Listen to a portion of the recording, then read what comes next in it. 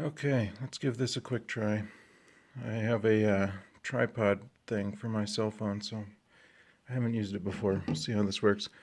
Here's the new handle. It says it's a Boy Scout axe replacement. It's not exactly the same as the original handle, which you can see here. Some of the original red paint and the teal underneath that it had. You can't really see the logo. Oh, actually, you can almost see it there. Is that showing up on camera? That's the first time I've actually really noticed it with just the right lighting. It says official Scout axe with a little line, I think, in between. You can look it up online and see that. So that's the real deal. Unfortunately, the top is pretty messed up, and I made it worse when I tried to remove it. So I don't really feel like it's salvageable. I think I would just ruin it more because I don't know what I'm doing. But that's the original. This is the new one, American Hickory. I just picked it up at the Big R.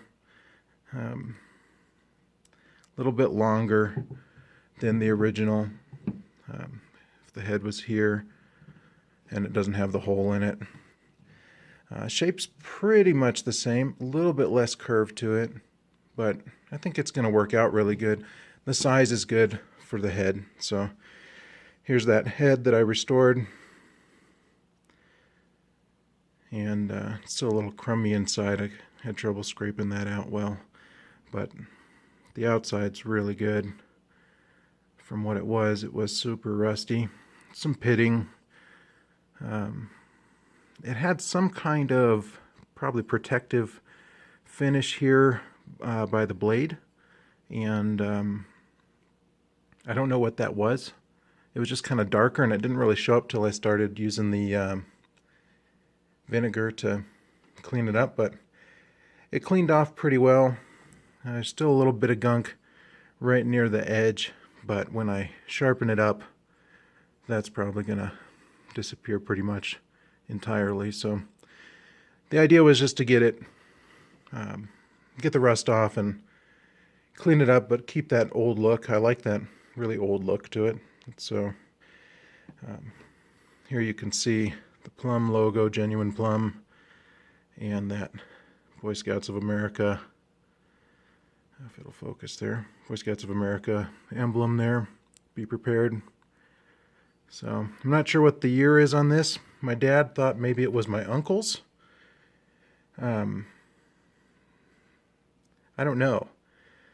I'm not sure exactly when my uncle was born and when he would have been a Boy Scout, but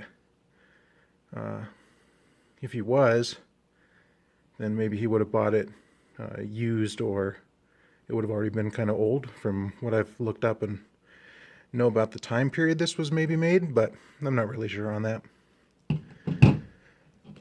Okay, so here's the handle, and as you can see, we get a pretty tight fit at the bottom. I have a little bit of a gap there, but as we work it down, that should close up.